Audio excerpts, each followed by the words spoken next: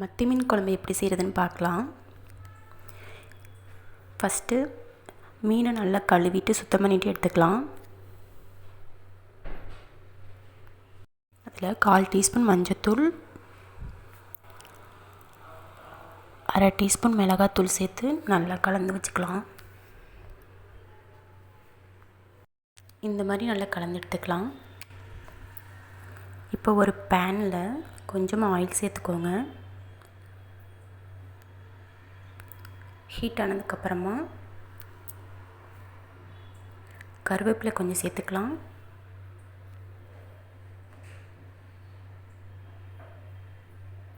அது நல்லா பொரிஞ்சதுக்கப்புறமா ஒரு வெங்காயம் கட் பண்ணி வச்சுருக்கேன், அதை ஆட் பண்ணிக்கலாம்.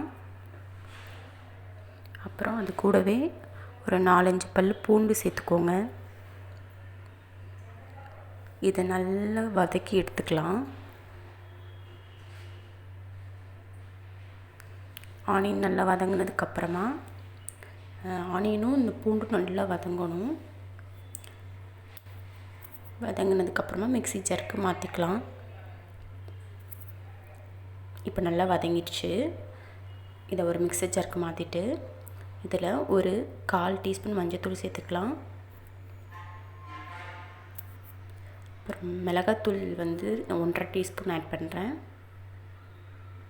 உங்கள் காரத்துக்கு தகுந்த மாதிரி ஆட் பண்ணிக்கோங்க.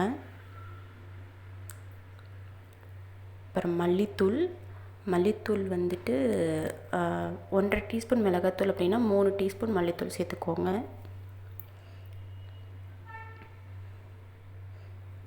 மல்லித்தூள் இப்போ 3 டீஸ்பூன் ஆட் பண்ணுறேன். மல்லித்தூள் கொஞ்சம் எச்சா சேர்த்திங்க அப்படின்னா தான் குழம்பு டேஸ்ட்டாக இருக்கும். அவ்வளோதான்.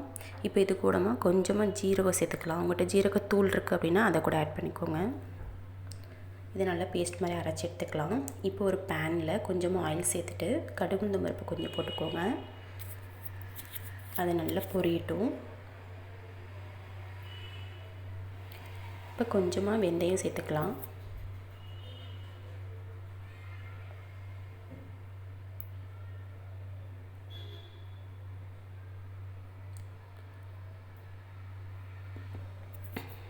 கடுகு நல்லா பொரியட்டும். இப்போ கொஞ்சம் கருவேப்பிலை சேர்த்துக்கலாம்.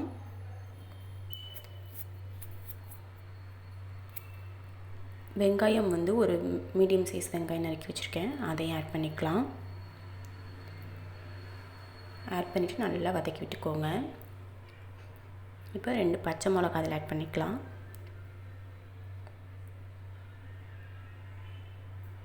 இப்போ இதை நல்லா வெங்காயம் நல்லா வதங்குற வரைக்கும் நல்லா கிளறி விட்டுட்டே இருங்க. நல்லா வதங்கிடுச்சு. இப்போது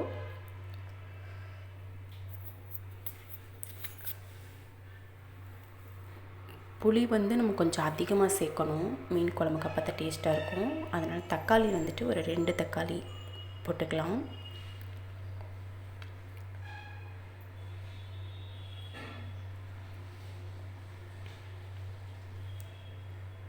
இதை நல்லா வதக்கி விட்டுக்கலாம்.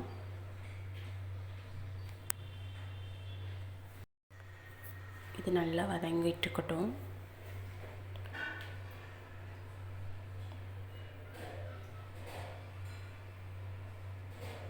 வெங்காயமும் தக்காளியும் நல்லா வதங்கணும். இப்போ கொஞ்சமாக உப்பு சேர்த்துக்கலாம். உப்பு சேர்த்துட்டு நல்லா வதக்கி விட்டுக்கலாம்.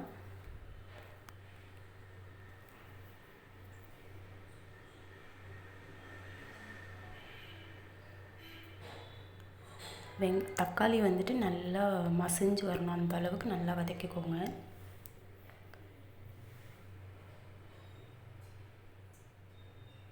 இப்போது நல்லா வதங்கிடுச்சு பாருங்கள். இந்த ஸ்டேஜில் நம்ம அரைச்சி வச்சுருக்கோம் இல்லைங்களா பேஸ்ட்டு, அதை ஆட் பண்ணிக்கலாம்.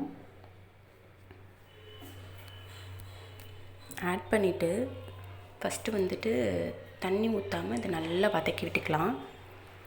அதோடய பச்சை ஸ்மெல் எல்லாம் போகிற வரைக்கும் நல்லா வதக்கி விட்டுக்கணும். இப்போது இதை நல்லா வதக்கி விட்டுக்கோங்க. எண்ணெய் பிரிஞ்சு மேலே வரணும், அந்தளவுக்கு நல்லா வதக்கி விட்டுக்கோங்க. இப்போது இதை நல்லா வதக்கி விட்டுட்டே இருங்க. லோ ஃப்ளேம்லேயே வச்சு வதக்கி விடுங்க. இப்போ பாருங்கள் நல்லா வதங்குது. இதோட பச்சை ஸ்மெல் எல்லாம் போனதுக்கப்புறமா நம்ம வந்து புளி கரைச்சி வச்சுருக்கோம் இல்லைங்களா, ஒரு மீடியம் சைஸ் எலுமிச்சம்பழ அளவு புளி கரைச்சி வச்சுருக்கேன், அதை ஆட் பண்ணிக்கலாம்.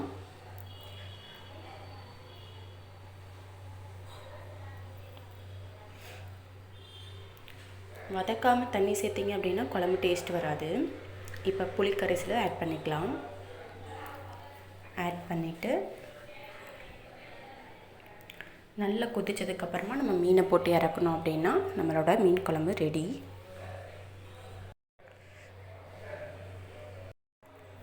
இப்போ பாருங்கள் இந்தளவுக்கு கெட்டியாக இருக்குது. இப்போ உங்களுக்கு கெட்டியாக வேணும் அப்படின்னா நீங்கள் வந்துட்டு கொஞ்சமாக தண்ணி சேர்த்துக்கோங்க. நான் இன்றைக்கி கொஞ்சம் குழம்பு அதிகமாக தான் வைக்கிறேன், தண்ணி அதிகமாக சேர்த்துக்கிறேன்.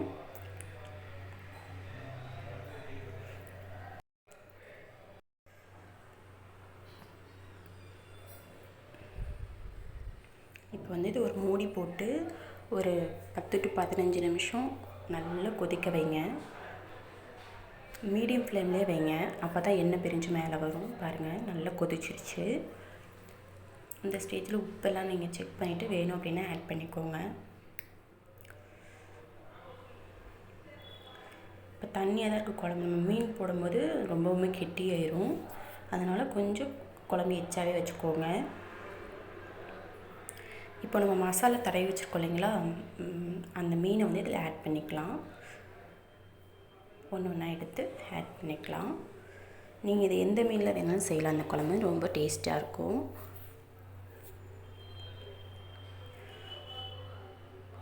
இப்போ மீடியம் ஃப்ளேம்லேயே வச்சுட்டு மீனெல்லாம் போட்டுட்டு மூடி போட்டு ஒரு 5 minutes கழித்து ஆஃப் பண்ணிங்க அப்படின்னா நம்மளோட மத்தி குழம்பு ரெடி.